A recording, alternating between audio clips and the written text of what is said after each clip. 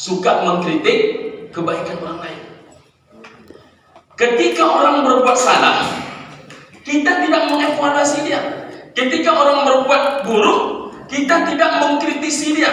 Tapi ketika orang berbuat benar, malah sebahagian orang cenderung mencari apa kurangnya, apa salahnya, apa buruknya. Contoh, dia itu cakapnya saja baik, tapi perangai dia masih jauh itu. Orang mana tuh dia? Biar tidak. Jadi mestinya yang baik ini kan dimotivasi, didorong. Tapi bukan didorong kebaikan itu, dilemahkan semangat kebaikan itu. Dia itu kan cuma zahir saja yang baik. Aslinya saya tahu isi hati dia. Alun takilek natakalam, takilek ikan dia ye. Jatih pulau jantan betina. Padahal ocu tamsir dia, ocu tamsir ini 25 tahun jualan ikan. Saya tanya, ocu jualan tak di ocu ikan jantan ikan betina? Aku katanya haram tontu dan biar. Tapi orang kita alun takilek natakalam. Dan kita bisa menebak orang. Saya yang tahu dengan dia, saya yang paling tahu dengan dia. Siapa dia itu saya tahu. Apa tahu kita? Mohon maaf kawan-kawan. Jangankan orang, istri kita pun kita tak tahu. Serius dia. Dia mohon maaf nih. Jangankan istri, anak kita pun kita tak tahu. Jangankan anak, diri kita pun kita tak tahu. Nah, ini saya contohkan. Betapa kita tak tahu dengan diri kita nih. Ada masanya Ustaz Nadiman, yang hati kita ini kita nggak bisa menebak apa maunya. Nak uring-uringan, nak marah-marah. Ya. Tanda-tanda. Ya. Tahu salah, kita tahu kita salah, tapi nggak mau mengaku salah. Itu pertanda kita tak tahu siapa kita. Makanya kan dikatakan man arroba nafsahu faqad arfa rabbahu. Itu kan dalam maknanya. Dalam maknanya itu. Kenapa kok mengenal diri disuruh? Karena kita ini banyak tak kenal dengan diri kita nih. Tahu salah, tetap berlanjut. Tahu itu tak betul, tetap dipertahankan. Menegakkan benar. Asal itu kawan awak, pokoknya betul. Asal itu konco awak, pokoknya betul. Dan kita ingat, kita ini banyak mempertahankan silaturahim dengan orang yang salah daripada berani mengatakan kebenaran kepada kawan yang salah.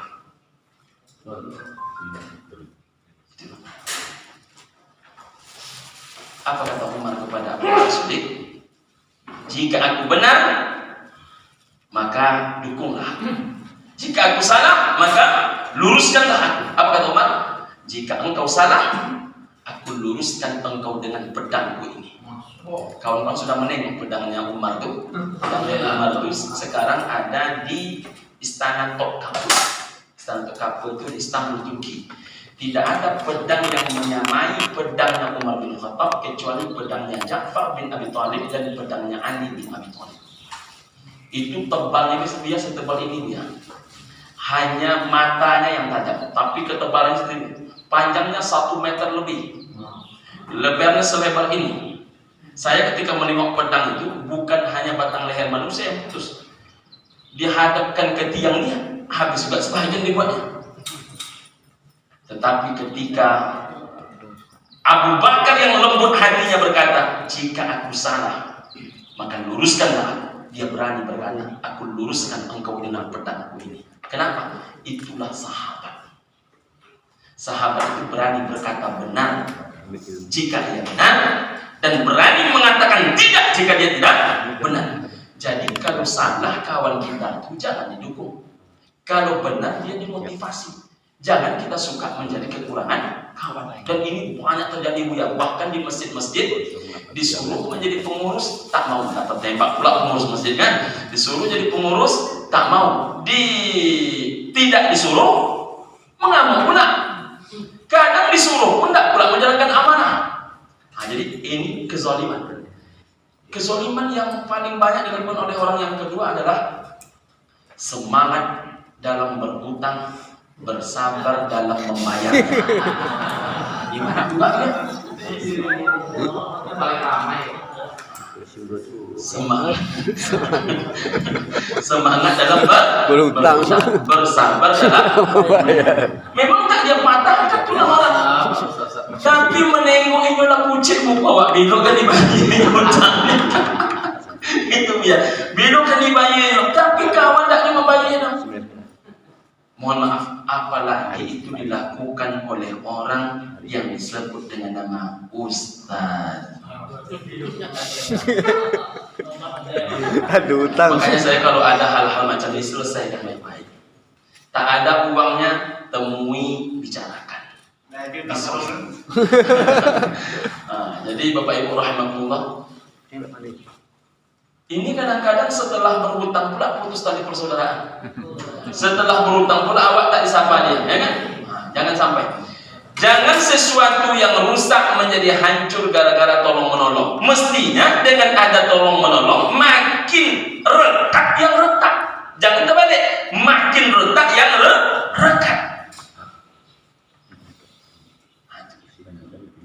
Sampai pula cerita Jawa. Maklumlah ini materi tak disiapkan, yang mohon maaf. Wa qati'atir rahmi, memutus tali silaturahmi. Benci berkelompokan.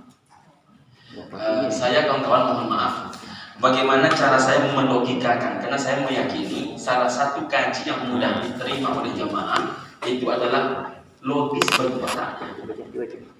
Mengapa penting kita meminta maaf, memberi maaf dan silaturahmi? Alasannya adalah orang yang mudah meminta maaf dan mudah memberi maaf, maka dialah yang paling layak dimaafkan oleh zat yang menerima segala kemaafan. Bagaimana caranya kalau kita tidak bisa memaafkan orang lain, sedangkan kita setiap hari kepada Allah itu minta dua hal. Pangkalnya Rabbighfirli, ujungnya wa'fu anni. Ya Allah ampunilah aku, ujungnya maafkanlah aku. Kita minta ampun, kita minta maaf, tapi tak terampunkan salah orang, tak termaafkan dosa orang. Disebut terus keburukan-keburukan orang itu. Saya dulu punya pengalaman yang buruk dengan dia. Itu hatinya sedang terjadi qati', terputus. Makanya banyak orang menyenangkan hati dengan cara macam ini. Macam mana pun harimau di dalam, maka yang keluarnya mesti kambing. Saya termasuk orang yang tak setuju dengan istilah ini. Biarlah sekali harimau nampak harimaunya, tapi habis itu kambing balik. Jadi ibu dan bapak rahimakumullah, mari kita jaga. Tidak hanya zahirnya tangan terulur, karena mengulurkan tangan ini tak payah. Kalau tangan terulur mudah. Tubuh saling berpelukan mudah. Sapa menyapa lisan mudah. Yang paling susah itu menjaga lisan yang tetap terekat itu. Jadi jangan pernah memutuskan tali silaturahim, apalagi sama-sama ustaz.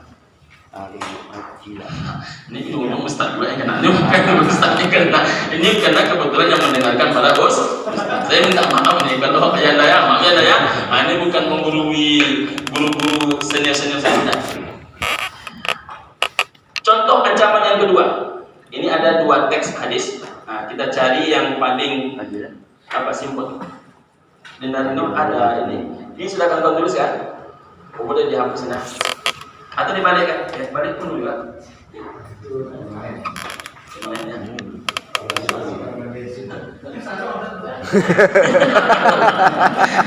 Kalau kensaro keracun gitu. Kan yang belum nulis silakan. Ada di situ yang kemana dia punya keadaan. Iya. Ini hubungannya dengan maaf. Baik. Udah nih. Orang yang berhutang. Minta maaf kepada orang yang berhutang. Tulis benar sudah hutangnya. Itu yang pantas menjawab. Pakar-pakar fikih dan bilang kan, kalau dia sudah meminta, sudah terbuka, sudah polos, sudah berterus terang, saya tak bisa membayar hutangnya. Tak ada yang paling baik kecuali memaafkan. Kalau dia sudah katakan saya maafkan bu, Bu, tak ada lagi hutang di antara kita, 0 ya Bu ya, 0 ya, maka insya Allah sudah lunas di hadapan Allah. Yang penting yang bersangkutan sudah melunaskan. Tapi yang tidak boleh kita yang menganggap lunas. Saya yakin Pak Haji itu sudah menganggap lunas. Ini dia bersabar ya Bunda. Bersabar. Itulah kaji kita tadi itu. Kaji kita tadi itu membahas tentang orang yang suka bersabar membayar Bersungguh-sungguh dalam. Mestinya terbalik, semangat membayar hutang, bersabar jika hendak berhutang. Karena hutang itu nikmat menikmatinya, enak memakannya, tapi tak enak membayarnya. Itu masalah. Jadi itu. Sama seperti mana? Oke, benar dong.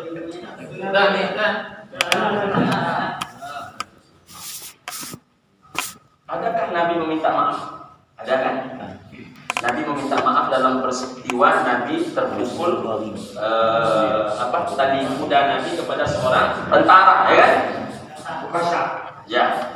Nabi meminta maaf. Apakah Nabi memberi maaf? Oh, lebih banyak lagi dari Nabi memberi maaf.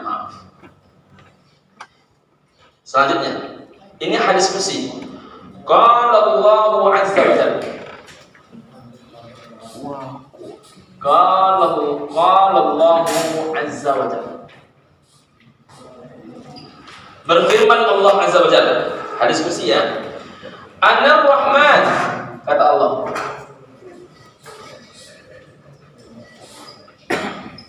Saya ini kata Allah adalah Ar-Rahman, zat yang maha pengasih. Kemudian wa ana khalaqtur rahim, wa ana khalaqtur rahim, wa ana khalaqtur rahim wastaqaqtu laha. Kalimatnya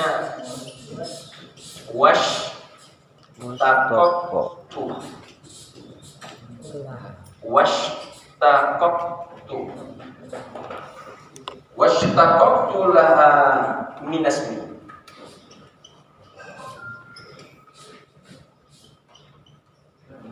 Ini ada dua teksnya, teks yang selain itu. Syaqaqtu isman min ismi. Nah, itu ya.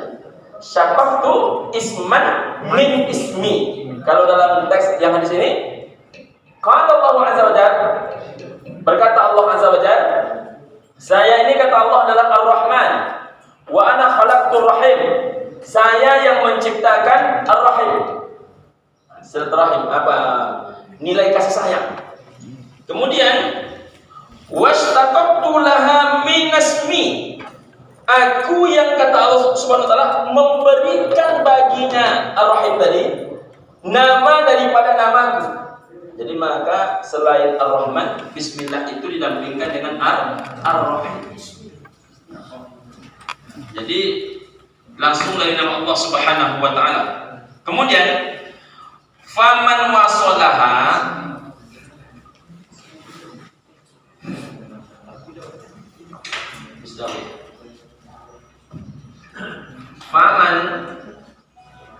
faman wasalaha, siapa yang menyambungkannya. Nah, silaturahim tadi. Faman wasalaha, bagi kawan yang mau menulis silakan. Wasaltuhu, maka aku wasaltuhu, ini huruf sad ya, jangan sampai tua ya. Faman wasalaha wasaltuhu, siapa yang menyambungnya, maka aku akan menyambung hubungan dengannya. Ini tak main-main. Kemudian waman qata'aha, ini menurut saya ini menarik kajian ini.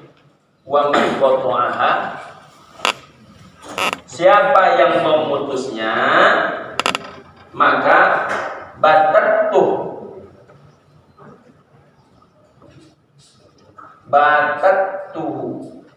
Hadis riwayat hadis kursi ya, hadis kursi. Qala Allah azza wa jalla, Allah Subhanahu wa taala yang maha tinggi, maha kuasa, mengatakan, Anar Rahman, aku ini Ar-Rahman, wa ana khalaqtur Rahim, aku yang menciptakan Ar-Rahim. Wastaqaqtu laha min ismi, aku ambil namanya dari namaku. Faman wasalaha wasaltuh, siapa yang menyambungkan Ar-Rahim itu, maka aku yang akan menyambung hubunganku dengan dia. Wa man qata'aha, siapa yang memutusnya, batattu, aku yang memutus hubunganku dengan dia. Itu ancaman. Tapi banyak tak orang memutuskan tadi silaturahim ini, yang membuat kita sedih, kawan-kawan sekalian. Ini mohon maaf sekali lagi, kadang dia tokoh di sana. Sejak dia tidak terpilih jadi ketua pengurus masjid, Pak Ustadz kata jemaah, tidak mau dia datang ke masjid lagi. Nah, ini penting kita sampaikan ini kepada jamaah masjid itu. Tapi saya dapat kabar di tempat lain. Kalau di masjid kita ini insya Allah tak ada orang macam.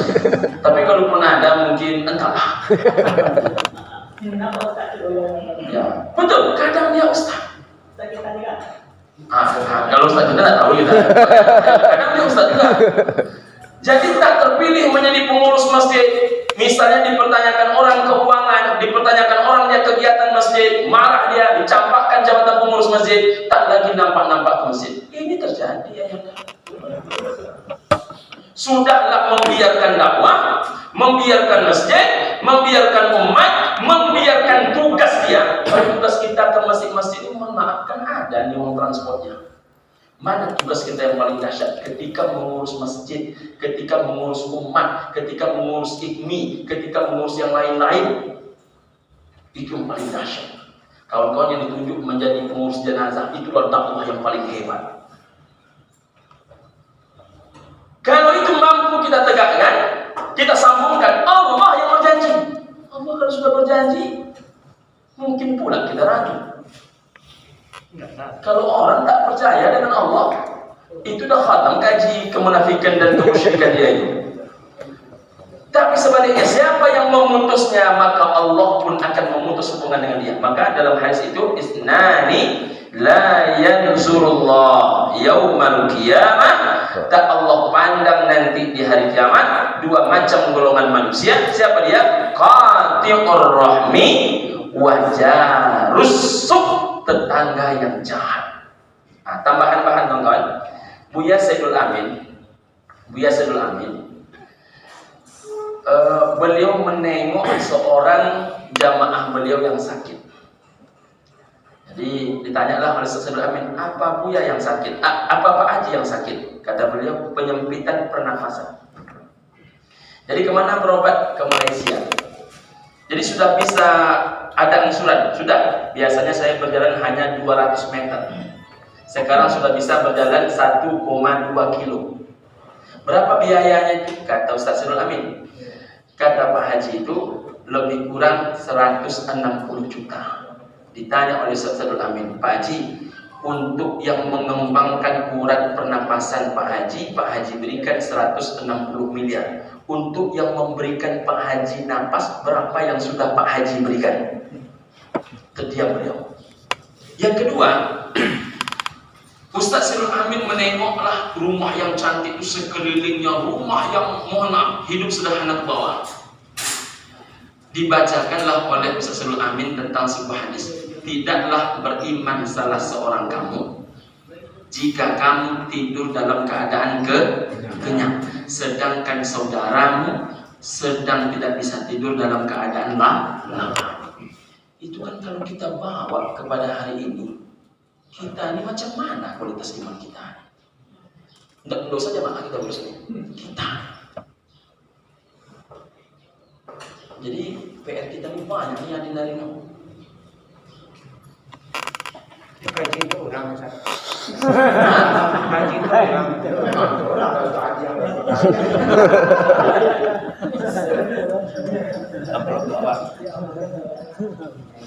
Maka hal-hal macam ini sambil kita menyampaikan ke orang, ayo kita tengok ke dalam.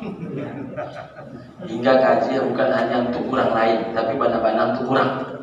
Baik orang untuk orang lain maupun orang untuk awak. Banyak PR kita. Jadi rupanya menolong orang, memperhatikan orang, kenapa dikatakan oleh Nabi itu fal yukrim Doifa. doifahu, fal yukrim kenapa kok tetangga? Kadang kita ini dikenal orang soleh di luar dia, tapi tetangga kita tak mengakui. Macam mana pun dia kaya, tak pernah kami menengok kaya dia itu tetangga kita. Akan luar biasa.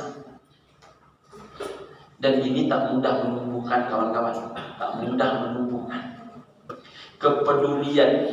Kalau menurut hemat saya ya, di antara semua ketakwaan sosial yang paling sulit adalah tumbuhnya kepedulian.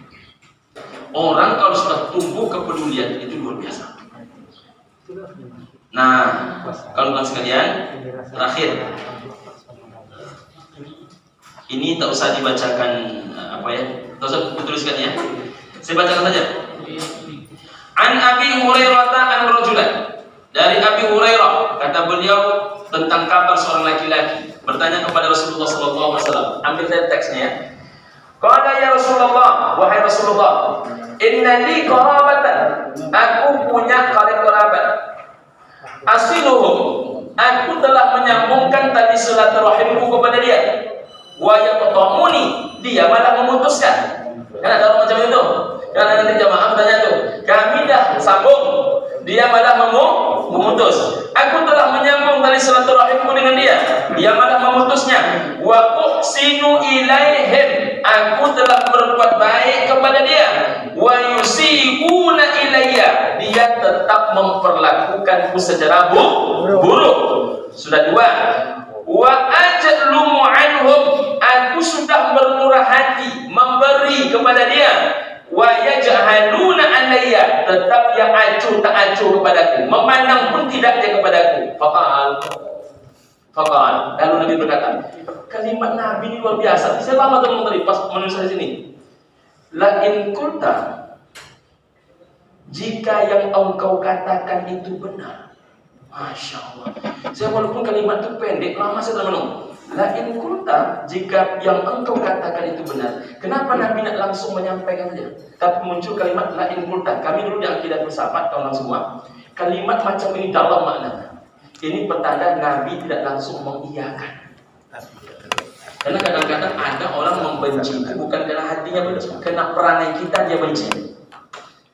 Memang kita tidak salah, tapi keputusan kita berbagi salah. Contoh, buah mangga Thailand kita ini lebat buahnya, dan nampak pula ada tetangga itu menguning-nguning di atas. Dan nampak sama dia menguning di atas, tiba-tiba hilang semua yang menguning-nguning itu. Dua buah pun tak sampai ke orang sebelah. Apa kata dia? Awak ustaz, penceramah, haji pulolai sampai likar yang muncul busuk hati dengan kita. Kita tak mengganggu dia, betul. Apalagi waktu bersampah menggatai dan ini, sampahnya dia satu. Tapi ketika berbuah lebat, manis pula, dicari kawat tali plastik, dihedonyo ke pintu rumah. Tengoklah melingkup apa teman-teman. Tak dia rasakan. Benci orang kadang bisa kena perangai kita. Makanya saya menghimbau kepada kita semua, tetap ramah macam manapun kondisi. Nah, jika itu benar kata Nabi, yang engkau katakan itu, engkau sambungkan, dia putus. Engkau berbuat baik, dia berbuat buruk. Engkau memberi, dia acuh, tak acuh. Tiga ya, tiga. Apa kata Nabi Sallallahu Alaihi Wasallam? Kama kunta faka'annama tusibbuhum. Kata Nabi Sallallahu Alaihi Wasallam, perangai mereka yang macam itu seperti melemparkan debu panas, kata Nabi. Maka wala yazalu ma'ak, tetaplah engkau di sana, maksudnya tetaplah engkau berbuat demikian. Ma'aka minallah, bersamamu adalah Allah Subhanahu wa taala. Zahirun alaihim, secara zahirnya atas mereka. Madum ta'ala dalik.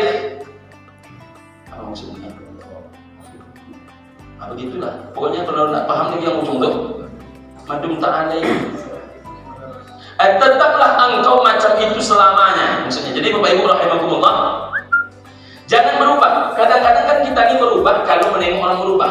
Sudah menyambung, orang melengah. Sudah baik, orang tetap buruk. Sudah memberi, nampak pula bule cibodak itu di bawah batang pisang. Oh, berubah tidak? Tetaplah engkau di sana, kata Nabi, selamanya, karena Allah bersamamu. Jadi ibu dan bapak rahimakumullah, saya membuat rumus macam ini. Orang baik itu adalah orang yang selalu bersangka baik, berpikir baik, dan berucap baik, serta bertindak baik, meskipun bukan kepada orang baik. Orang yang tak baik adalah orang yang selalu bersangka buruk, berpikir buruk, bercakap buruk, bertindak buruk, meskipun kepada orang baik. Nah, berbuat baik, ini rumus, berbuat baik kepada orang baik itu normal, biasa. Berbuat baik kepada orang tak baik itu sangatlah baik dan luar biasa. Berbuat jahat kepada orang baik tidak normal. Kalau normal yang mana? Normal berbuat baik kepada orang baik. Yang baik berbuat baik kepada semua orang, termasuk orang yang tidak baik. Tapi kalau berbuat jahat kepada orang yang baik, namanya abnormal, tidak baik. Penutup, tadi penutup juga ya? Ini betul-betul nih. Man ahabba, ini pengunci. Man ahabba. Nah, ini biasa ya, sudah sering kita dengarkan. Siapa yang senang ayyub satolahu fi rizqin, nah, dilapangkan rezekinya, wa ayyus'alahu fi atharihi falyasir rahimah. Jadi obatnya adalah silaturahim. Jadi Bu ya, luar biasa silaturahim ini. Rupanya tidak hanya sekedar umur panjang, rezeki luas, bahkan penyakit kita ini rupanya rata-rata daripada penyakit rohani. Saya membawa jamaah ke tanah suci, sampai di sana dia dikejar-kejar hantu dia di tanah suci Mekah Al-Mukarramah. Saya pun heran, bagaimana kok Pak Haji pengusaha sukses dikejar-kejar hantu di Mekah? Karena beberapa kali berangkat itu kawan, ada beberapa kali saya mengalami kejadian aneh, termasuk yang Bapak Haji ini. Dia merasa dikejar hantu di tanah suci. Karena saya tak berpengalaman tentang perhantuan, saya bawa lah beliau ke dokter. Karena marah sama dokter, ayahanda. Apa kata dokter? Jamaahmu tidak sakit. Apa kata dia? Jamaahmu sakit, otaknya sakit jiwa. Saya bilang, jadi apa obatnya dokter? Apa obatnya? Apa kata dia? Obatnya engkau bawa jamaahmu ini pulang, suruh dia silaturahim, suruh dia menyenguk mak dia, suruh dia menyenguk keluarga dia, saudara dia, maka akan hilanglah penyakit jiwa. Nah, apa silaturahim yang paling hebat? Inilah pembahasan kita besok malam. Apa itu? Silaturahim yang paling hebat adalah kepada kedua orang tua kita.